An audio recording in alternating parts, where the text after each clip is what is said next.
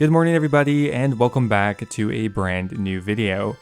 Now, the RuneScape economy is very complex, and throughout the last, 20 years, some pretty strange things have happened. In a previous video, we highlighted the Archer Ring duplication glitch, an Elysian Spirit Shield selling for only 50,000 GP, among other things. And you guys really enjoyed that video, so today we're back with more strange events from the history of the RuneScape economy. Now, these events stretch across a wide range of RuneScape eras, so there's a little bit of everything. Anyway guys, I hope you enjoyed the video. If you do, don't forget to leave it a like. I always really appreciate it. Anyway, let's get started. Now, back in 2010, there was a somewhat lesser known glitch that had a serious effect on the RuneScape economy at the time. It's not known how long it was in the game for, but it did eventually get patched out February of 2010. Now, what I'm talking about is the bolt tip glitch, and it is a really interesting one, but when abused, it could generate hundreds of millions of GP per hour into the game, and really, again, who knows how long that was in the game for. For all we know, it could have generated billions of GP and, well, inflated the economy more than it already was doing. Now, the bolt tip glitch took advantage of two different mechanics: tipping bolts as well as enchanting bolts. Now, performing the glitch was very simple. Essentially, all you had to do was use a chisel on a gem. One of the more popular ones, of course, at the time were the higher level gems, those being Dragonstone. Now, after clicking make all on your gem, if you quickly went ahead and opened up your mage book and then the bolt enchanting spell, if you immediately started enchanting the type of bolt that you were cutting, something very weird would happen. Instead of cutting bolts, you would actually be enchanting them, but with one major change. Normally you would use 10 Dragonstone bolts, enchant those into 10 enchanted Dragonstone bolts. But what the glitch actually did is it only took one of your unenchanted bolts and produced 12 enchanted bolts. Very strange. At the time, one Dragon Bolt was worth around 7,000 or 8,000 GP, which means getting, well, essentially 11 of them for free would mean you're getting close to 100k in profit per glitched enchant. Now, some of the major bug abusers claimed they were making up to 120 million GP per hour and duped billions of GP in gold. Now, Jagex did not end up making an official statement until March of that year, where they said that they had fixed a glitch in the game as well as banned a few very high level players, some actually that were maxed. However, there was never a rollback, and the duped gold remained to some extent in the economy. I don't think it's very likely that Jagex actually found all the gold. A few of the bug abusers claimed that they earned enough money through this glitch to afford multiple Santa hats and a few other discontinued rare items, and that money was never reclaimed. Now, a bug like this can have a massive effect on the economy because, for one, it was very easy to perform and didn't have very high requirements to do it, and it generated gold very aggressively. I mean, 100 million GP per hour is massive even for 2010. So even if there was just a dozen of people who knew about this glitch ahead of time, then billions upon billions of GP could have ruined the economy. However, in my opinion, I think the time between when the glitch was discovered and when it was widely known to the public was probably fairly small. The bolts did not crash down to being absolutely worthless in just a day, like they did with the Archer Ring, for example. So I think in this case, the glitch did get patched out pretty quickly, but again, so much gold generated per hour, even a short amount of time could have a serious effect on the economy. But unfortunately, as per normal for stuff like this, we don't really know. The only people who really know how much gold is duped are the bug abusers and maybe Jagex. Now, for many years, there was peace within the RuneScape economy. Prices were stable, and world governments had agreed that the new universal currency would not be the US dollar, it would be gold pieces in RuneScape.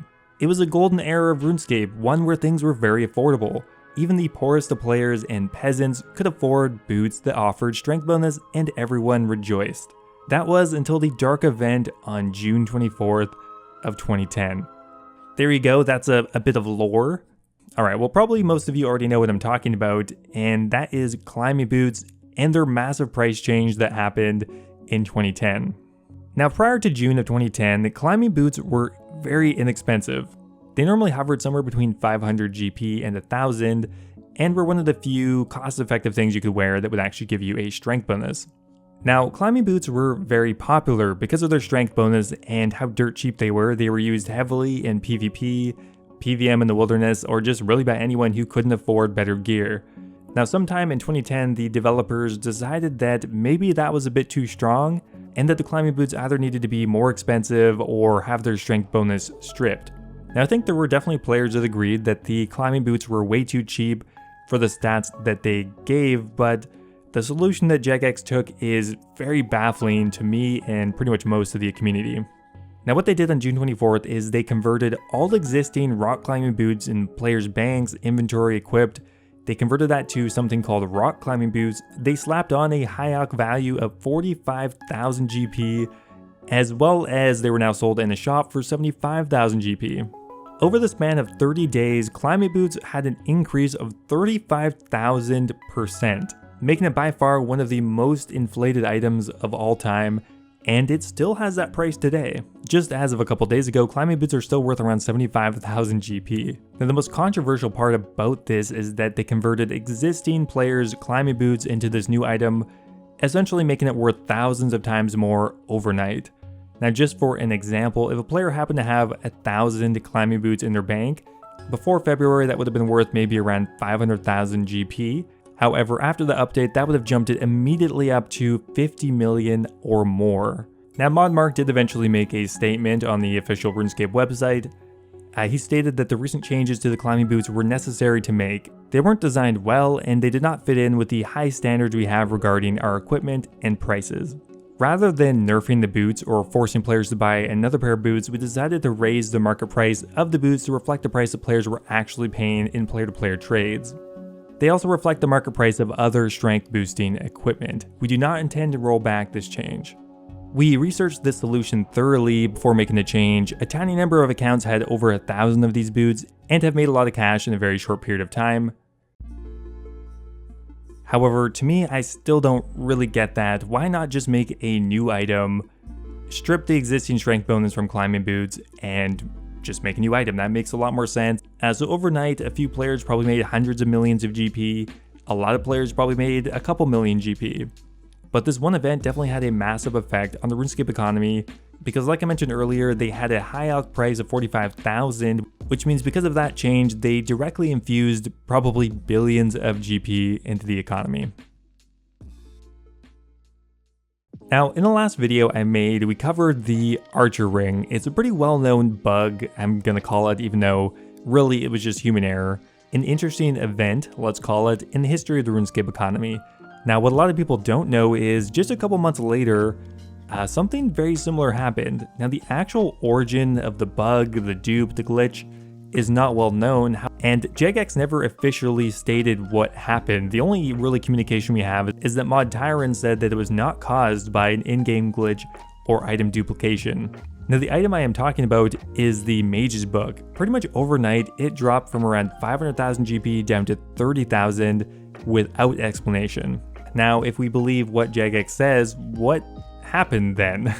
If it was not an item duplication glitch, where did they all come from? Did they grow on trees? Did someone dig them out of the ground? Probably not. I would make a guess that pretty much the exact same thing happened as with the Archer Ring. Maybe a player actually lost their Mage's Book due to a glitch, but instead of getting one back, they ended up with 1,000 or 1,000,000, who knows. Now, around that time, Jagex was kind of experimenting with something. Now, whenever a player lost their items due to a glitch or some kind of oversight, usually their items were not returned, but this year Jagex was attempting to make those things right and replace items where they saw fit. Now, with the Archer Ring incident, one player accidentally ended up being given millions of Archer Rings instead of one, and that's how that whole fiasco started, and I think something similar could have happened here. Now, overnight, Mage's Books fell all the way down to 30,000 GP, and it took years to recover. Only in the last 6 or 8 months have they finally recovered to their pre-bug price, which is kind of crazy. Again, Jagex did not roll back the server. What they did end up doing is deleting a bunch of these Mage's Books off of players that had ended up buying them for cheap. Of course, they did not get a refund, but the price in history does not lie. Obviously, they did not get most of them, or many of them to be honest, and the price of this item was ruined for many, many years. And it really goes to show how impactful even a small bug can be on the entire RuneScape economy.